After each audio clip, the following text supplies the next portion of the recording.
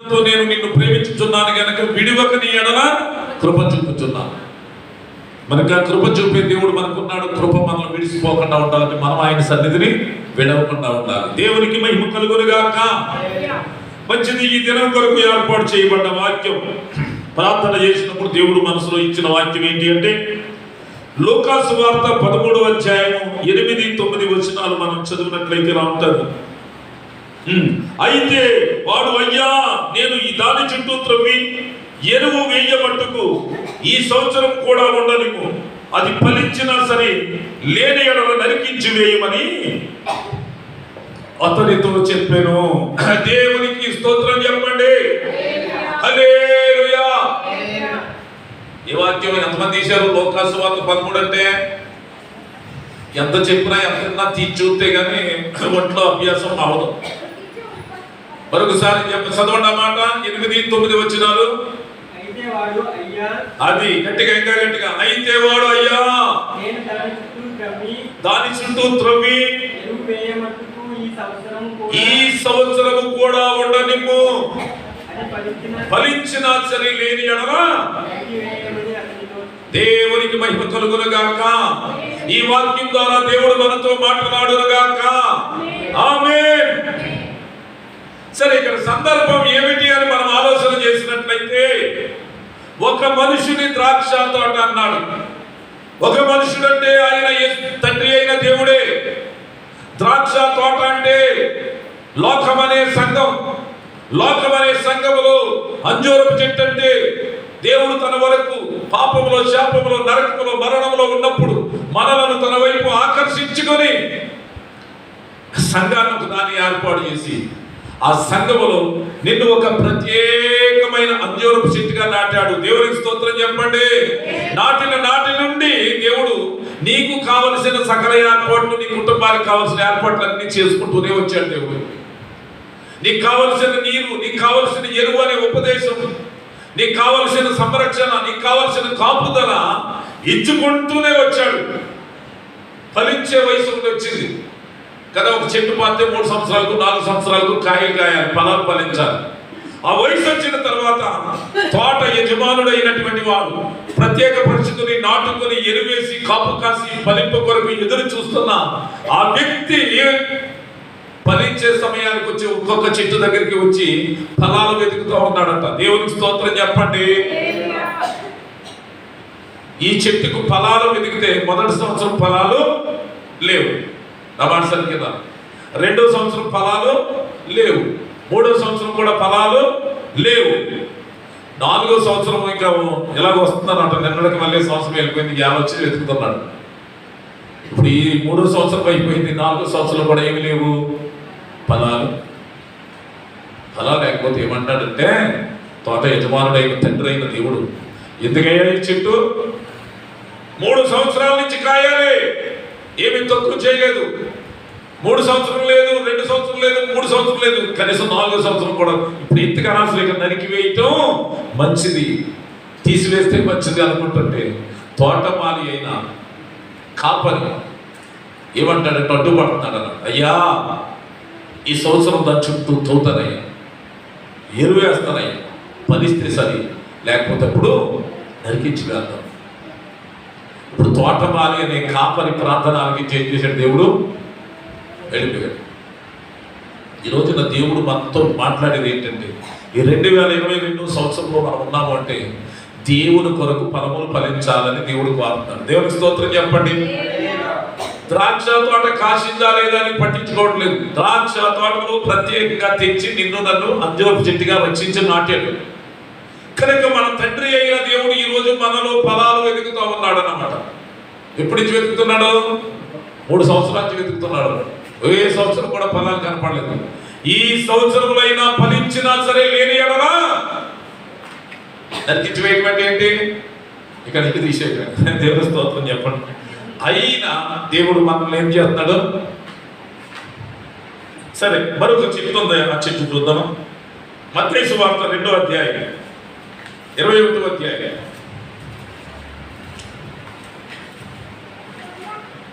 18 నుంచి 20 వరకు ఉన్న వచనాలు చదవాలి. అందరూ బైబిల్ చూడాలి.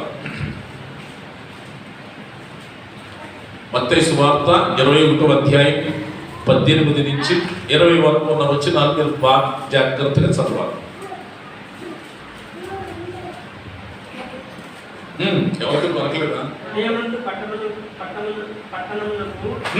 ఉదయమున పట్టణమును మరలా వెళ్ళుచుండగా యేసయ్య ఆకలి కొని త్రోవ పక్కన ఉన్న అంజూరపు చెట్టును చూసి దాని యొద్దకు రాగా దాని దగ్గర ఆకులు తప్ప మరి ఏమీ కనబడలేదట. దానిని చూసి ఇక మీదట ఎన్నటికి నీ ఫలములు ఎవరు తినకుందురుగా అనగానే మరునాడు ఉదయం మార్గం గుండా శిష్యులు వెళ్ళగానే చెట్టు ఏమైపోయిందట? ఎండిపోయిందట. ఈ చెట్టు ఎక్కడుంది చెప్పాలి. త్రోవ పక్కన ఉంది చెట్టు. దేవుని స్తోత్రం చెప్పండి. చదివేటప్పుడు చక్కగా జ్ఞానంగా చదవాలి. ముందు ఒక అంజూరం చెట్టు చూసాం, దాన్ని ఫలాలు వెతికాడు ఎవరు? దేవుడు. ఇక్కడున్న ఈ చెట్టును కూడా బిడ్డలారా, రక్షించబడ్డ వారు ఫలములు కనపడాలి. దేవుని స్తోత్రం చెప్పండి. ఫలములు అంటే ఏంటి? ఇల్లు లేనోడు ఇల్లు కట్టుకుని, బండి లేనోడు బండి కొనుక్కుని, కారు లేనోడు కారు కొనుక్కుని ఈ ఫలాలు కాదు. అర్థమైందా? దేవుని కొరకు ఫలాలు ఫలించాలట. ఫలములు అంటే మన జీవితాలలో దేవుడు కోరుకునే విధంగా మార్పు జరగాలి. ఇక్కడ ఈ 2 వచనాలు మనం చదివినప్పుడు, ఒక చెట్టేమో సంఘం అనే తోటలో నాటబడితే, ఒక చెట్టు రోడ్డు పక్కన ఉందంట. రెండింటిని ఫలాలు వెతికాడు, రెండింటికి ఫలాలు లేవు. కానీ ఈ చెట్టుకు 3 సంవత్సరాలు 4వ సంవత్సరం కూడా మరి కాపాడబడుతూ వచ్చింది. ఈ చెట్టు మాత్రం ఫలాలు లేని కారణాన్ని బట్టి అంటనే చచ్చిపోయింది. దీని యొక్క అర్థం ఏంటి? తోటలో నాటబడ్డ చెట్టుకు దైవజనుడు ప్రార్థన ద్వారా 1 సంవత్సరం తర్వాత 1 సంవత్సరం, 1 సంవత్సరం తర్వాత 1 సంవత్సరం ఫలాలు లేకపోయినా, తోటమాలి అనే దైవజనుడు ప్రార్థన ఆలకించే ఆయుష్ను కాపాడుకుంటూ వచ్చాడు. కానీ త్రోవపక్క చెట్టుకి ఏమి లేదు. త్రోవపక్క చెట్టు అంటే ఎవరో కాదు, తోటలో ఉన్న చెట్లు అంటే మనమే. త్రోవపక్కన చెట్లు కూడా అంటే రక్షించబడ్డవాడు. రక్షించబడ్డవాడు సంఘంలో నాటబడాలి. కానీ త్రోవపక్క ఎత్తుకున్నారు. కొంతమందికి సంఘానికి రావడం ఇబ్బందులు అన్నమాట. ఈ సంఘంలో అలా చెబుతారు, ఆ సంఘంలో ఎలా చెబుతారు, ఎందుకు వచ్చిందిలే అని ఆ త్రోవ పక్క చెట్టు లేకుండా పోతారు. ఒక రోజున ఒక అమ్మంది ఒకసారి నాకు కౌరెట్టిందన్నాడు. మాస్టర్ గారు మీరు సేవ చేస్తున్నారంట కదా, బయటకు వచ్చి కొంచెం ప్రార్థన చేసేవారు. నరసాపురం ప్రాంతంలో సరే కదా అని చెప్పి వెళ్ళాను. వెళ్ళి ప్రార్థన చేస్తే 100 రూపాయలు కానుక ఇచ్చింది అనమాట. ఇప్పుడు అడిగాను, అమ్మా ఏ సంఘానికి వెళ్తారు మీరు? అవంటది, నేనెందుకంటే సంఘానికి వెళ్ళవలసిన పని అంటారు. ఎందుకమ్మా? సంఘం అనే కంచె కలిగిన తోటలో నీవు నేను నాటపడాలి కదా. అక్కడ తోటమాలని దైవజనుడు ఉంటాడు, మనకి ఉపదేశం చేస్తాడు, నీళ్లు పోస్తాడు, సంరక్షణ చేస్తాడు. ఆ సంరక్షణలో ఎదిగితేనే కదా మనం ఫలించేది అని చెబితే ఆమంటది, ఎందుకు ఫాస్ట్ గారు? సంఘానికి వెళ్తే ఒక్క ఫాస్టే ఉంటాడు. నేను ఇంటికాడ కూర్చుంటే 50 మంది ఫాస్టులు నెలకోసారి నా ఇంటికి వస్తారు. అంత గొడవలమ్మ నువ్వు, అంత గొప్పదానం అంటే అని చెప్తుంది అనమాట. అయ్యా నాకు 50,000 చేతికి వస్తుంది, అందులోది 5,000 దశభాగం తీస్తాను. సంఘానికి వెళ్తే ఒక పాస్ట్ అయితే పాస్ట్కి ఉన్నాయా 50 మంది పాస్టులు నా ఇంటికి వస్తానే ఉంటారు. వాళ్ళు ఇచ్చిన 100 రూపాయలు తీసుకున్నట్టు గంగిరెద్దుడు పొగుడినట్టుగా పొగిడి వెళ్తారయ్యా. ఇక నాకు సంఘం ఎత్తుగా. దేవుని స్తోత్రం చెప్పండి. అంటే ఇప్పుడు ఈ చెట్టు ఏం చెట్టు? ఇది సంఘములో నాటబడ్డ చెట్టు కాదు. ఇది త్రోవ పక్క చెట్టు మీద కాయలు ఉన్నాయనుకో ఏం చెప్తారు చెప్పండి? ఈడు కర్రేసి కొడతాడు, వాడు కర్రేసి కొడతాడు, వాడు కర్రేసి కొడతాడు. మనలాంటి పెద్దలు ఒరే ఎందుకు రాట్ల మీద కర్రలకెరేద్దాం అని అడిగే వారికి ఏమంటాడు? నీ చెట్ట నీదా, నీ బాబుదా? ఇది త్రోవ పక్క చెట్టు. త్రోవ పక్క చెట్టు అందరిది. ఎవడైనా కోసుకోవచ్చు, ఎవడైనా కర్రలకెరేస్తాడు. మాట్లాడతాను నువ్వెవడంటాడు. దేవుని స్తోత్రం చెప్పండి. సరే, ఇప్పుడు ఈ చెట్టు కాయలు ఉన్నప్పుడు 50 మంది వచ్చి పొగిడి వెళ్ళిపోయారు. కానీ దానికి బాధో బందో ఇరుకో ఇబ్బందో వస్తే ప్రార్థన చేయవలసి వస్తే ఎవడొస్తారు చెప్పండి? ఎవడు లేడు. ఇప్పుడు యేసయ్య తోటలో ఉన్న చెట్టును ఫలాలు వెతికాడు, త్రోవ పక్కన ఉన్న చెట్టును, 2 చెట్లు అంజరపు చెట్లే, 2 చెట్లు రక్షించబడ్డ వాళ్ళే. తోట చెట్లు 3 ఫలములు లేకపోయినా 3 సంవత్సరాలు గతించిపోయి 4వ సంవత్సరం వరకు పొడిగించబడింది. కానీ త్రోవ పక్క చెట్టుకు అలాగ తోటమాలి కానీ విజ్ఞాపన చేసేవాడు కానీ సేవకుడు లేడు కనుక ఆ చెట్టు ఏమైపోయింది, ఎండిపోయింది. దేవునికి స్తోత్రం చెప్పండి. ఈరోజు ఇక్కడున్న మనం త్రోవ పక్క చెట్లు లేక ఉండకూడదు. దేవునికి స్తోత్రం చెప్పండి. ఎలా ఉండాలి? సంఘములో నాటబడ్డ చెట్టు వలె ఉందుముగాక. అందరూ చెబుదాం, సంఘములో నాటబడ్డ చెట్టు వలె ఉందుముగాక. నీవు ప్రార్థన చేసుకోకపోయినా నీ దైవజనుడు ప్రార్థన ఆలకించి ఫలాలు లేకపోయినా నీ ఆశను పొడిగించుకుంటూ వస్తున్నాడు. కానీ త్రోవ పక్క చెట్టు శీఘ్రముగా చనిపోయింది. లేఖనాలు చెబుతున్న సత్యం. దేవునికి స్తోత్రం చెప్పండి. అందుకని తప్పనిసరిగా మనం సంఘములో నాటబడాలి. సంఘ దైవజనుడు తోటమాల యొక్క సంరక్షణ మనకి ఇక్కడ అవసరం. తోటమాల ఏం చేస్తాడు చెప్పండి? కొన్ని చెట్లు కత్తిరించాలి, కొన్ని చెట్లు విరవాలి, కొన్ని చెట్లు తవ్వాలి, కొన్ని చెట్లకి రకరకాల ప్రక్రియలు చేయాలి. ములం చెట్టు ఉంది కదా, ఇంతకుముందు కొమ్మలు పాతేవాడు మొక్కలు పాతారు. కొమ్మలు అయితే చక్కగా రెమ్మరెమ్మల కింద వచ్చి ఎదుగుతూ ఉంటుంది. కానీ మొక్క పాతి ఏమంటాడు? వ్యవసాయ శాస్త్రం ప్రకారంగా 2 అడుగులు ఎత్తిన తర్వాత ఏం చేయాలి? దాని సొంత ఇరిసివేయమంటాడు. బిడ్డలారా, ఎవడైనా ఇరిసివేయమంటే అదే ఎదిగే చెట్టుని ఎత్తికి ఇరుతున్నావు అంటారు. కానీ విరవకపోతే ఉండే విధానం ఏంటో మీకు చెప్తాను. అది ఎందుకు విరవాలి అంటే అక్కడికి అలా విరవటంతో ఏం చేస్తుంది? అది దాని నుంచి మళ్ళీ ఒక సొంత వెళ్ళిపోతా ఉంటే దాన్ని ఇరిస్తే 2, 3 గుజ్జులు 4 గుజ్జులు వస్తాయి. ఆ 4 గుజ్జులు మళ్ళీ 2 అడుగులు ఎత్తిన తర్వాత ఏం చేయాలి? ఆ 4 ఇంటినే విరవాలి. అప్పుడు 4, 2, 8, 16 గుజ్జులు వస్తాయి. ఇలాగ 2 సార్లు విరవగానే దానిలో ఉన్న ఆ విధానం అంతా తగ్గి ఫలభరితంగా వచ్చి పువ్వులు వచ్చి కాయలు కాస్తా ఉంటుంది. ఇంచుమించుకు 100 కాయలు కాస్తుంది. ఇది ఇలా విరిసిన చెట్టు. ఎరవకుండా దాన్ని అలాగే జాడులాగా వెళ్ళిపోతే ఒక రొబ్బ రాదు, చెట్టు రాదు, ఏముంటుంది, అదే ఏకదాటికి వెళ్ళిపోయి సుతలో 2 కాయలు కాస్తుంది. దేవుని స్తోత్రం చెప్పండి. ఇప్పుడు రైతుకు 2 కాయలు ఇష్టమా, 100 కాయలు ఇష్టమా?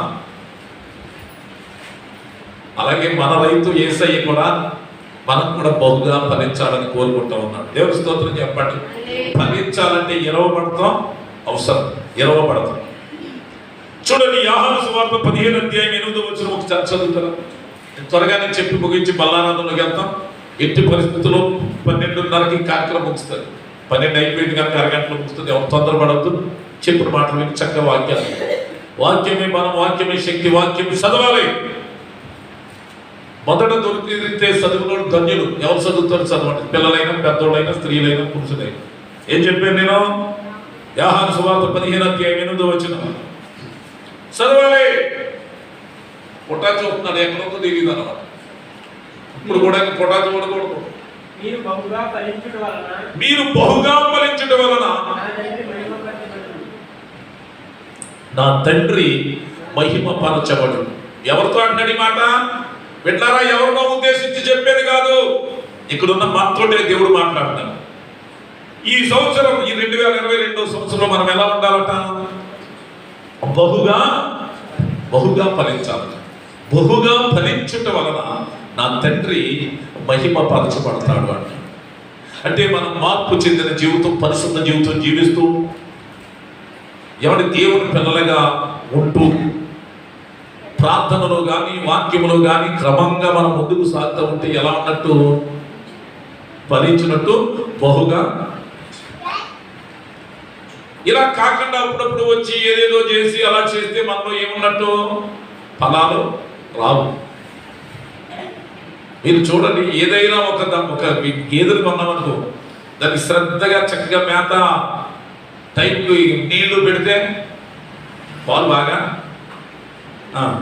అప్పుడప్పుడు పెడితే 50,000 పెట్టుకున్నా, 1,00,000 రూపాయలు పెట్టుకున్నా ఏం చేస్తుంది? ఎండిపోయేందుకు పనికి రాకుండా.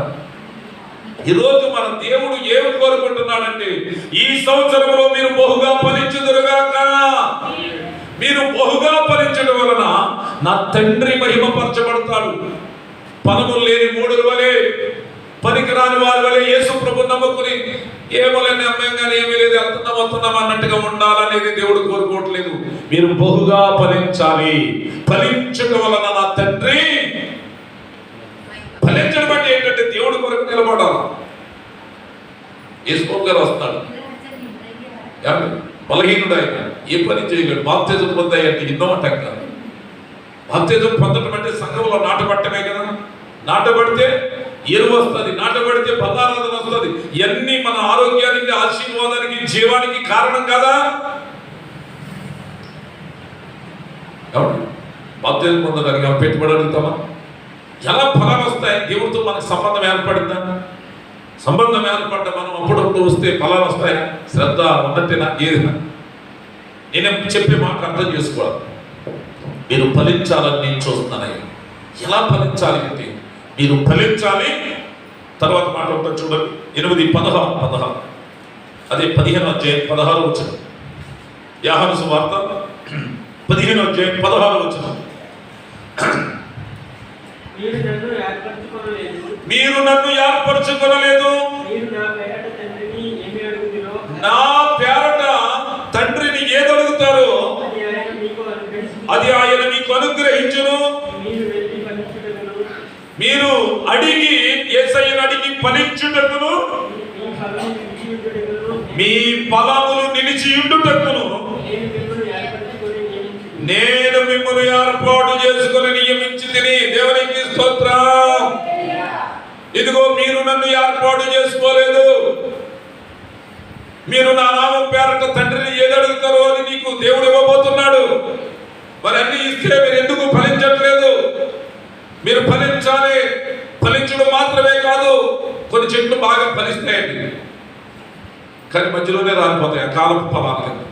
ఇక్కడ వాక్యం చెబుతున్న మాట ఏంటంటే, యేసయ్య చెబుతున్న మాట ఏంటంటే, మీరు ఫలించాలి, మీ ఫలములు నిలిచి ఉండాలి. దేవునికి స్తోత్రం. నిలిచి ఉండాలని నేను మిమ్మల్ని ఏర్పాటు చేస్తాను. అంటే ఇక్కడ ఒక సంఘాన్ని దేవుడు ఎందుకు పెట్టాడు? నామకార్థంగా, ఆచారంగా, వ్యాసధారణగా ఉండటానికి కుదరదయ్యా.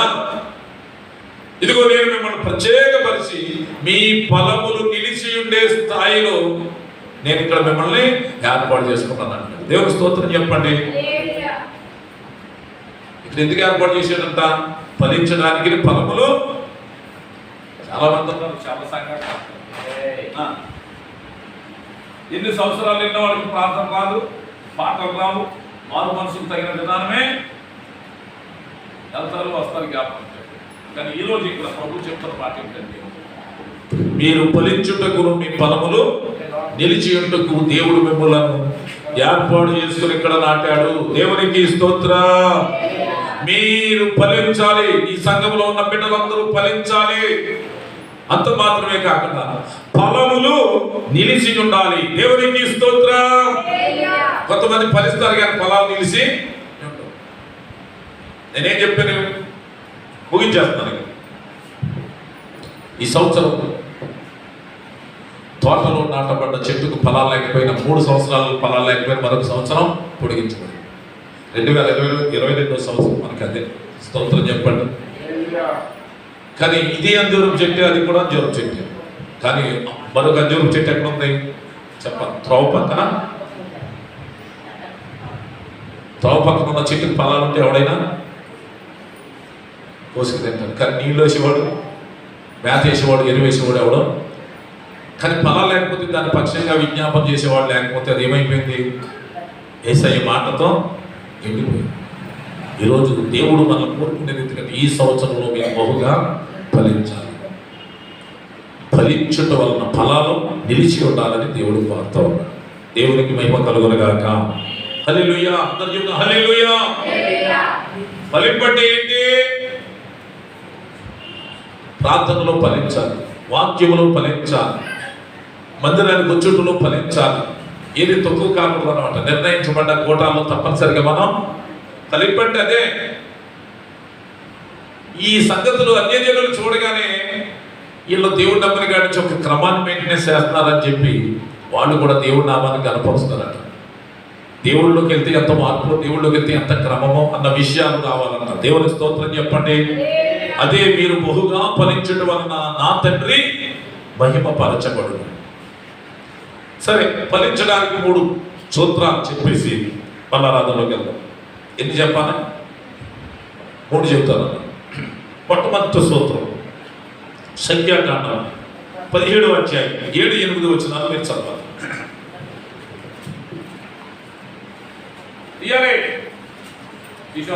చదువు 17 అధ్యాయం 7-8 వచనాలు. ఒక్కొక్కసారి ఒక్కొక్కరు చదవాలి. దేవుడు అవకాశం పెట్టాలి. చదవడానికి పోటీ పడడం. మరునాడు మోసే ప్రత్యక్షపు గుడారంలోకి వెళ్ళి చూడగా లేవి కుటుంబుడైన అహరోను కర్ర చిగిరించి ఉండెను. అహరోను కర్ర చిగిరించి బాదము పువ్వులు గలదై పనములు గలగా చెట్టు కర్రగా ఉందట. చదువుతున్నా. అది చిగిర్చి పువ్వులు పూసి బాదము పొండ్లదాయను. దేవునికి స్తోత్రం కలుగును గాక. హల్లెలూయా. ఈ కర్ర అహరోను చేతి కర్ర. అంటే దీని వృత్తాంతం ఏంటి అని మీకు చెప్తాను. అహరోను ఎవరంటే దేవునికి యాజకుడిగా ఉన్నాడు. బిడ్డలారేనండి, అహరోను ఎవరు? మోసే దేవునికి నాయకుడిగా ఉండి ప్రజలను నడిపిస్తూ సంఘాన్ని నడిపిస్తూ ఉన్నారన్నమాట. ఆ సంఘంలో కొంతమంది పాఠం తెలిసిన వాళ్ళు, ప్రార్థన తెలిసిన వాళ్ళు, వాక్యం తెలిసిన వాళ్ళు ఏమంటారు తెలుసా? ఓ అహరోనా, నువ్వేనా? మేము పరిశుద్ధులం కదా, మాకు వాక్యం తెలియదా, మాకు ప్రార్థన తెలియదా? ఇక నుంచి నువ్వు కాదు, మేము కూడా వాక్యం చెబుతాం, మేము కూడా ప్రార్థన చేస్తాం, మేము కూడా పాటలు పాడతాం, మేము కూడా ఆరాధన చేస్తామని చెప్పారు. ఈ మాట దేవుడికి నచ్చలేదు. ఎందుకు నచ్చలేదు అంటే, నేను అహరోనుని యాజకుడిగా నేను ఏర్పాటు చేసుకున్నాను. మీరు యాజకులు కాదు, మీరు కూడా ఆశీర్వదించబడ్డ వాళ్ళే.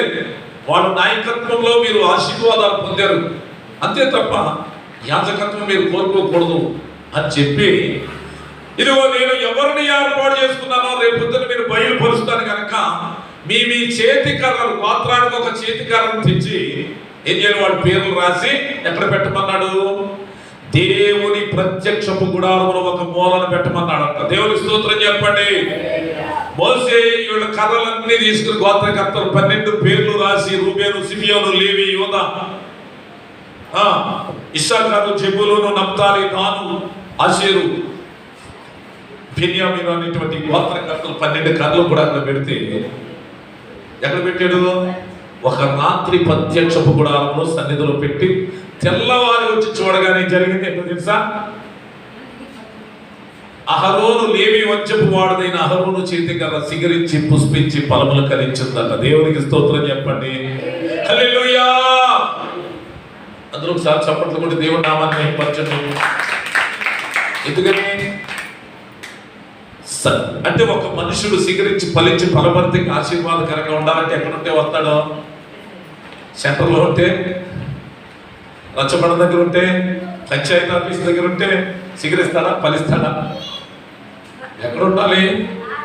ఒక మనుషుడు 3 బారిపోయిన ఎండిపోయినాడు 3 బారిపోయిన వాడు ఫలించాలంటే ఎక్కడికి రావాలో తెలుసా? దేవుని ప్రత్యక్షపు గుడారపు సన్నిధిలోనికి రావాలి. దేవునికి స్తోత్రం. హల్లెలూయా. సన్నిధిలోనికి వచ్చి ఒక రాత్రి అతడు ఉండగానే ఆ ఎండిన కర్రలోనికి ఏమొచ్చింది? జీవం వచ్చింది. జీవం వచ్చిన కారణాన్ని బట్టి సిగురు వచ్చింది.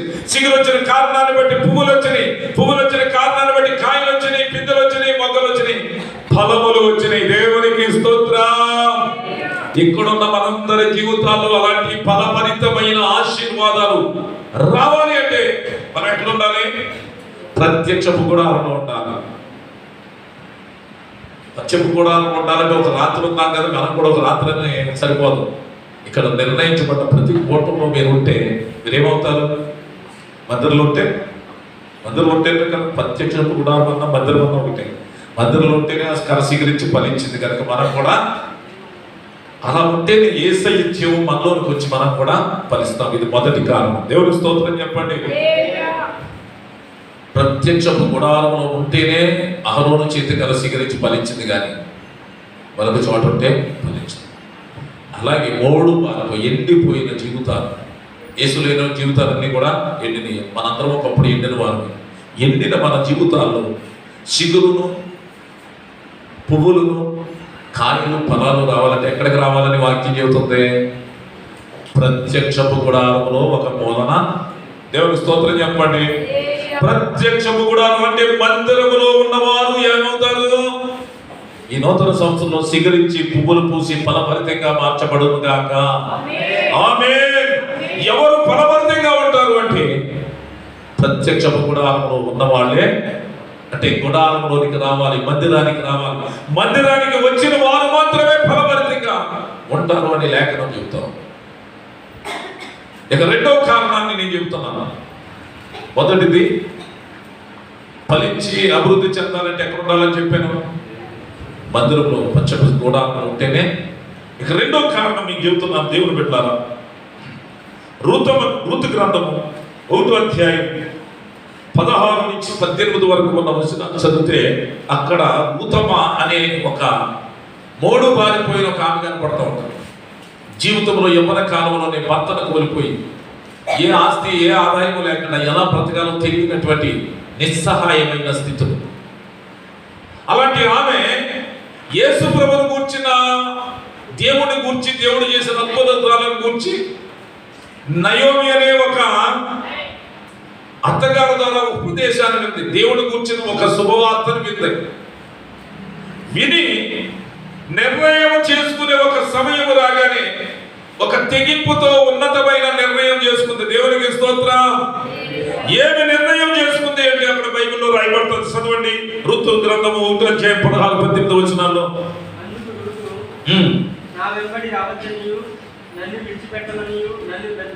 నన్ను నాతో రావద్దని గాని, నన్ను విడిచిపెట్టమని గాని నువ్వు నన్ను బ్రతిమాలవద్దు. నీవు వెళ్ళే చోటుకే నేను వెళ్తాను, నీవున్న చోటునే నేను నివసిస్తాను. నీ జనమే నా జనము, నీ దేవుడే నా దేవుడు. నిన్ను నన్ను వేరంటూ చేయగలిగితే ఒక మరణం తప్ప ఈ లోకంలో ఏది వేరు చేయకూడదు. నీతోనే వస్తానని ఒక తెగింపు చేసుకుని వచ్చిందండి. దేవునికి స్తోత్రం. హల్లెలూయా, హల్లెలూయా. ఏం చేసిందండి ఈమె? దేవుడు ఎంతకు ముందు ఉన్న దేవుళ్ళు వేరు కదా. వార్ప ఆ దేవుడి దగ్గరికి వెళ్ళిపోయింది, ఆ తండ్రి దగ్గరికి వెళ్ళిపోయింది. కానీ రూత మాత్రం ఏం చేసింది? ఇప్పుడు దాకా ఏదేదో చేశాను, నిజానికి దేవుడికి పూజలు చేశాను, ఆ దేవుడు కరెక్ట్ కాదమ్మా. నువ్వు చెప్పేది చూడు నయోమి అత్తగారు, ఆ దేవుడే కరెక్ట్. నాకు ఆ దేవుడు కావాలి, నాకు ఆ ప్రజలు కావాలి, నాకు ఆ ఆచారాలు కావాలి, నాకు ఆ పద్ధతులు కావాలి. పాత పద్ధతులు నాకు వద్దు. నేను ఈ పద్ధతిలోనే సాగుతాను, ఈ పద్ధతిలోనే కొనసాగుతాను. నమ్మితే ఇలాంటి దేవుడు నేను నమ్మాలి. అద్భుతాలు చేసే దేవుడు, ఆశ్చర్యకార్యాలు చేసే దేవుడు, మేలు చేసే దేవుడు, కీడును తొలగించి ఆశీర్వాదించే దేవుడు ఉన్నాడు కనుక ఈ దేవుడు కావాలి, ఈ జనం కావాలి అని చెప్పి అత్తగారు వెంట వచ్చేసింది. దేవుడు స్తోత్రం చెప్పండి. ఈరోజు మనం కూడా దేవుడిని అట్లు మొదలుపెట్టాం కానీ ఆచారాలు కదా. కొంతమంది సంక్రాంతి వస్తే అది, క్రిస్మస్ వస్తే ఇది, వినాయక చవితి వస్తే అది, లేకపోతే ఇది. ఈరోజు వాక్యం చెబుతున్న మాట ఏంటంటే దేవుడు కొరకు నిలబడటానికి ఒక తెగింపుతో ఉంటేనే నువ్వు ఫలిస్తావు అన్నాం. లేఖనంగా చెప్తావు. దేవుడు స్తోత్రం చెప్పండి. దేవుడు కొరకు నిర్ణయాలు చేసి నిలబడవలసి వచ్చినప్పుడు ఏం చేయాలి? నీ దేవుడే నా దేవుడు, నీ జనమే నా జనం, నీ పద్ధతి నా పద్ధతి. యేసు పద్ధతిలో నేను నడుస్తాను తప్ప మరొక పద్ధతిలో నడవనని నిర్ణయం చేసుకుని ఎంత వచ్చేసింది. దేవుని స్తోత్రం చెప్పండి. వాళ్ళ దేవుడిని వదిలింది, వాళ్ళ జనాలను వదిలింది, వాళ్ళ ఆశాలను వదిలింది, వాళ్ళ పద్ధతులు వదిలింది. కొత్త పద్ధతిలోనికి, యేసు పద్ధతిలోనికి వచ్చేసింది. దేవుని స్తోత్రం. యేసు పద్ధతిలోనికి వచ్చేస్తే ఆమెకి ఏమన్నా విలువ ఉందా? ఇట్లా ఆలోచన చేయండి. ఆ జీవితంలో ఫ్యూచర్లో ఇక నేను పైకి వస్తాను, బాగుపడతాననే ఆలోచన ఉందా? మళ్ళీ నాకు మంచి జరుగుతుంది, మళ్ళీ నేను శుభకార్యాల్లో పాల్గొంటాను, నేను మళ్ళీ కొత్త యుద్ధం అవుతాననే అవకాశాలు ఉన్నాయా? జీవిత కాలం ఒక మోడులాగా బ్రతకాల్సిన పరిస్థితి, దిగులుతో కుమిలిపోతూ బ్రతకాల్సిన పరిస్థితి. కానీ పోయేది పొలం అనేసి దేవుడి సంఘములోనికి, ఈ దేవుడి మందిరాన్ని తలపెట్టేటువంటి బెత్లెహేము గ్రామానికి ఆమె వచ్చుడు ద్వారా ఆమె పరిస్థితి ఎంత అద్భుతంగా మారిందో మీకు ఆ మాటలు పెడతాను చూడండి. 4వ అధ్యాయము 11-12 వచనాలు మీరు చదవాలి. 11 వచనం మొదటి చదవండి. అందుకు పరద్వారము నుండిన అక్కడ రూతమ్మని వీళ్ళు ఆశీర్వదిస్తూ ఉన్నారట. పురద్వారం నుండిన ప్రజలందరూ పెద్దలను మేము సాక్షులము, యెహోవా నీ ఇంటికి వచ్చిన ఆ స్త్రీని ఇశ్రాయేలు వంశమును వర్ధిల్ల చేసిన రాహేలును పోలిన దానిగాను లేయాను పోలిన దానిగాను చేయునుగాక అని దీవిస్తూ ఉన్నారండి. దేవునికి స్తోత్రం. ఎవరిని పట్టుకుని ఎలా దీవిస్తున్నారు ప్రజలందరూ పెద్దలు? ఒక మోడు బారిపోయిన మోడు అన్నమాట. ఎవరితో పోల్చి దీవిస్తున్నాడు? ఒక సంపన్నుడైన లాభాను, ఒక ఆశీర్వదించబడ్డ అబ్రహాము కోడలుగా వచ్చిన రాహేలును లేయాను పోల్చి దీవిస్తా ఉన్నారు. ఎవరినే? ఈ మోడును పట్టుకుని. ఏ మోడు? జీవితంలో ఎన్నో ఎదురు దెబ్బలు తిని ఏ ఆశీర్వాదానికి నోసుకోలేని మోడు లాంటి రూతమ్మను పట్టుకుని వాళ్ళు ఏమని ఆశీర్వదిస్తున్నారో తెలుసా? ఇశ్రాయేలు వంశమును ఆశీర్వదించిన రాహేలు వలె లేయా వలె ఈ స్త్రీ నీకు కూడా అలా వండునుగా అంటారు. దేవుని స్తోత్రం చెప్పండి. లేయా ఎవరు? రాహేలు ఎవరు? ఈ రూత్ ఎవరు చెప్పండి? ఒక అన్యురాలు, జీవితములన్నీ కోల్పోయినా కదా. యాకోబుకి లేయా రాహేలు వాళ్ళు దాసులు ఎంతమంది పిల్లలు కన్నారు చెప్పాలి? ఎంతమంది పిల్లలు కన్నారు? లేయా రాహేలు సమయలు పాలు చెబుతారు చెప్పాలి. ఎంతమంది? నలుగురు కలిసి ఎంతమందిని కన్నారు? యాకోబు కొడుకులు ఎంతమంది? లేదు మరి నువ్వు చెప్పా.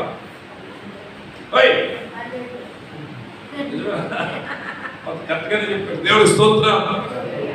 అలా చెప్పాలి. 12 మందిని కన్నారు. ఎవరు? లేయా రాహేలు. వీళ్ళందరూ ఎవరు? గోత్రకర్తలు. వాడి పేరు మీద దేశం వచ్చింది. వాళ్ళలో నుంచి ప్రపంచాన్ని పరిపాలించి ఆరాధించబడుతున్న యేసుక్రీస్తు కూడా వచ్చాడు. మోడు బారిపై రూతమ్మను పట్టుకున్న పురద్వారం ఉన్న పెద్దలు ఏమని పొగుడుతున్నారు తెలుసా? ఇశ్రాయేలు వంశమును వర్ధిల్ల చేసిన రాహేలు లేయా వలె ఈ స్త్రీ ఉండును గాక. దేవునికి మహిమ కలుగును గాక. హల్లెలూయా. యేసులోనికి వస్తే అంత ఉన్నత స్థానం. బిడ్డలారా, యేసుతో ఉంటే, యేసు కొరకు తెగిస్తే వచ్చే ఆశీర్వాదాలు ఎలా ఉంటాయి విన్నారా? యేసు కొరకు తెగించిన నిర్ణయం. ఎలాంటి నిర్ణయం చేసుకుందే? నీ దేవుడే, నీ జనులు నా జనులు, నువ్వే నా గైడెన్స్, మరొక గైడెన్స్ లేదు. తర్వాత 12వ వచనంలో చూడ మరొక ఆమెను కూడా ఉటంకిస్తారు ఆ స్త్రీలు. అక్కడ చూడండి. ఎఫ్రాతాలో నీవు క్షేమాభివృద్ధి కలిగిన వాడవై బెత్లెహేములో కాదు నీవు ఖ్యాతి నొందుదువుగాక.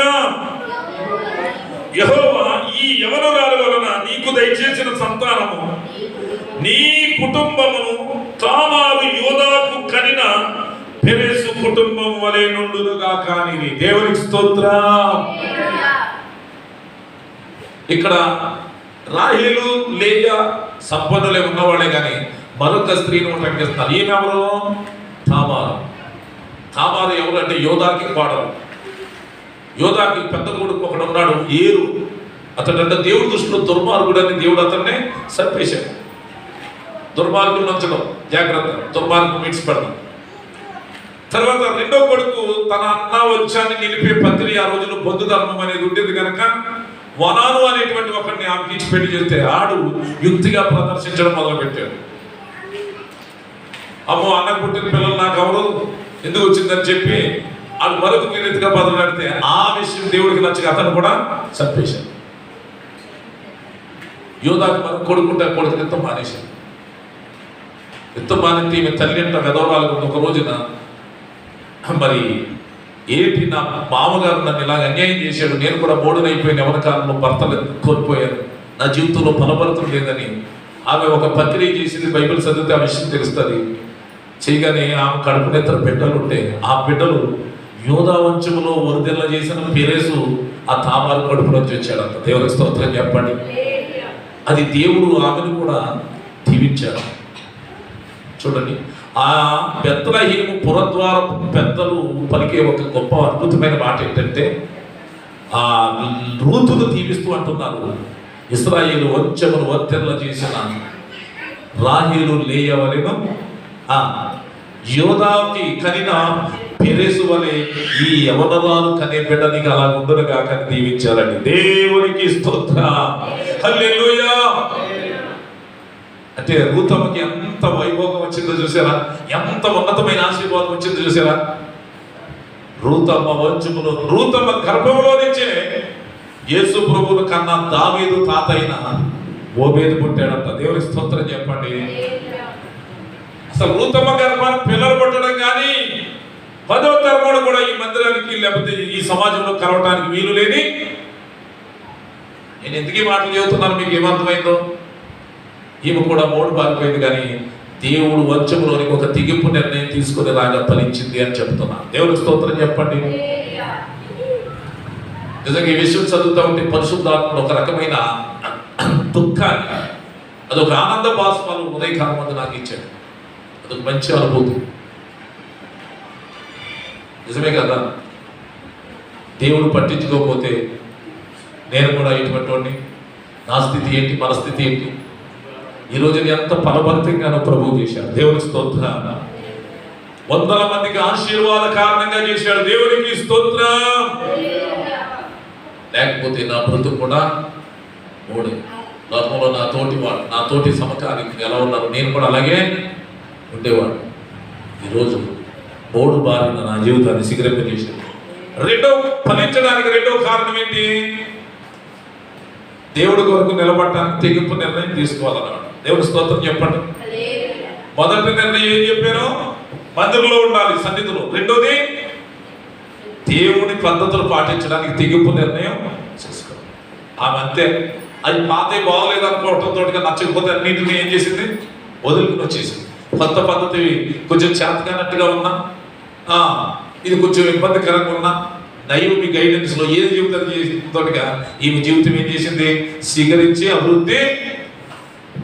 ఇక మూడవ మాట చెప్పి నేను ముగిస్తాను. మూడవ మాట ఏంటంటే ఆదికాండం 49వ అధ్యాయం 22వ వచనం ఒకసారి చదవండి.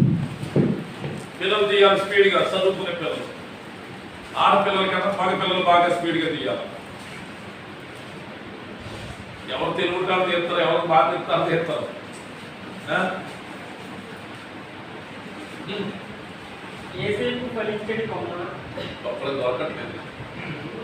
చదువు.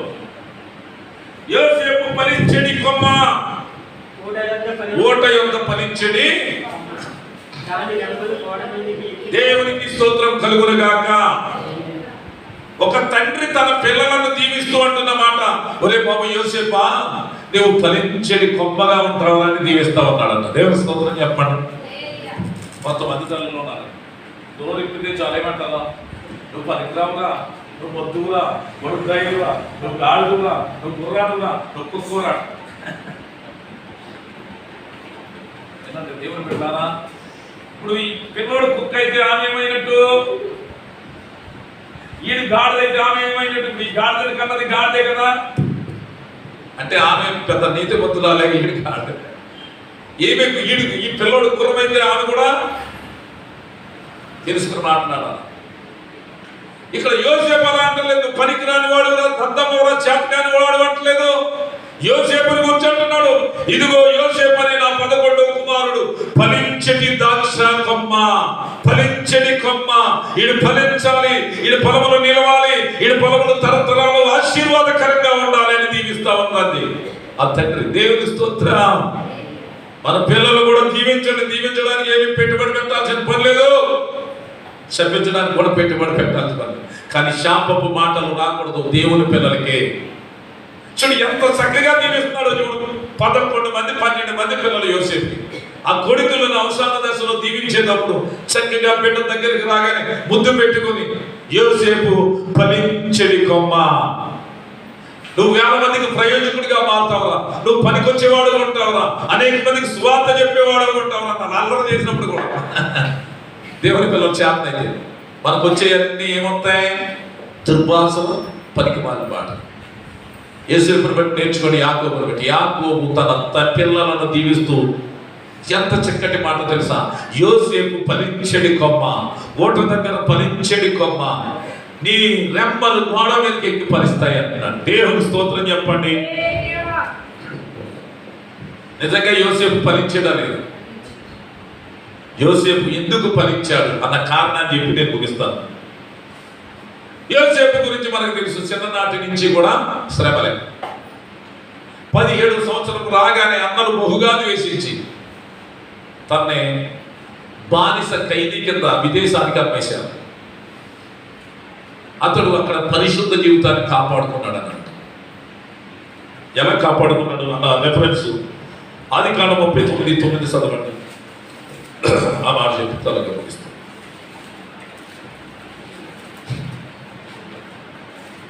అక్కడ ఉంటుంది ఏమన్నా తెలుసా, ఇదిగో నీవు అతని భార్య అయినందున నాకు అప్పచెప్పలేదు, నీ ఇంటిలో ఉన్నాయన్నీ, ఇంటికి నేను పెద్ద దాసుడిగా గుమస్తాగా ఉన్నాను కనుక ఏముందో లేదు అంతా నాకే అప్పచెప్పాడు. నువ్వు భార్యవు గనక, ఒక తల్లి సమాధానాలు లాంటి దాని కనుక నిన్ను మాత్రం అప్పచెప్పలేదు, కనవయన్ని నాకు అప్పచెప్పాడు. అలాంటి నేను ఎంతటి దుష్కార్యములు చేసి, అక్కడ ఉన్న మాట ఏంటంటే దేవునికి విరోధంగా నేను పాపము చేయను అన్నాడు. దేవుని స్తోత్రం చెప్పండి. భూమి మీద మనిషి చేసే ప్రతి పాపము, ఒక మనిషికి అన్యాయమే చేసిన, ఒక మనిషికి నష్టమే కలిగించిన, ఒక మనిషికి కన్నీళ్ళే తెప్పించిన, అది ఎవరికి విరోధమైన పాపం? నేను చేసేది మనిషికి కదా అనుకుంటున్నారు, కానీ అది దేవునికి వ్యతిరేకంగా చేసే పాపాలు. దేవుని స్తోత్రం చెప్పండి. బూతులు తిట్టినా సరే దేవుడికి వ్యతిరేకమైన పాపమే. తమ్ముడు తిట్టినా, అన్నం తిట్టినా, కొట్టినా ప్రేమించాలి. చూడండి, ఆమె ప్రేరేపిస్తూ ఉంది, ఇది దేవునికి విరోధంగా చేసే పాపం అంటున్నాడు. అతి పాపాన్ని బట్టి ఏం చేశాడు ఆయన? పారిపోయాడు. అంటే పరిశుద్ధ జీవితాన్ని కాపాడుకున్నాడు యోసేపు. దేవుని స్తోత్రం చెప్పండి. క్షణికమైన కోరికలు, క్షణికమైన ఆశలు వచ్చి పాపాల్లో పడిపోయి చాలా మంది జీవితాంతము దాంతోటే ఉండిపోతారు. యోసేపు ఎంత పైకి వస్తాడన్న సంగతి ఎవరికి తెలిసింది? దేవుడికి తెలిసింది. సాతానికి కూడా తెలుసా, ఈయనెంత పైకి వెళ్ళకూడదు, ఈ పాపంలో పెట్టి ఇక్కడే